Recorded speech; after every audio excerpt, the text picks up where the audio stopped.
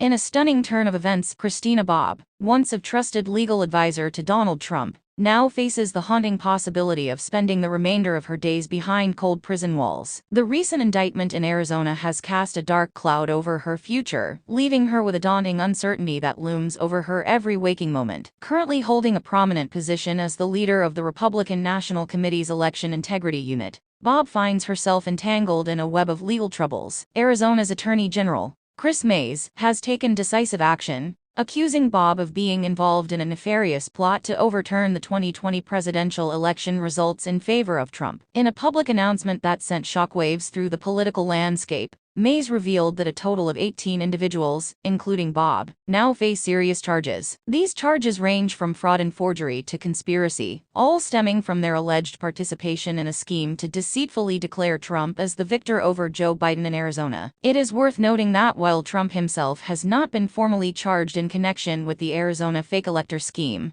the indictment intriguingly refers to him as unindicted co-conspirator 1. This enigmatic label only adds to the mystique surrounding the unfolding legal drama. As the weight of these charges presses down upon her, Christina Bobb finds herself at a crossroads, where the path ahead is treacherous and uncertain. The specter of a life spent confined within prison walls now haunts her every thought, casting a shadow over her once promising future. Former White House Chief of Staff Mark Meadows and Rudy Giuliani, the former mayor of New York City turned attorney for Trump, have also been indicted by the Arizona grand jury, joining the list of Trump allies facing legal troubles. In the 2020 election, Biden narrowly defeated Trump in Arizona by a margin of less than 11,000 votes. Recently, on Steve Bannon's War Room podcast, Bobb, who has been indicted, discussed the charges against her and was asked about the potential prison sentence she could face for the 9 felony counts. She responded with a sense of resignation, stating that she could potentially spend several decades or even the rest of her life behind bars. The indictment against Bobb alleges that she and her co-defendants engaged in the falsification, alteration, and presentation of a forged document, specifically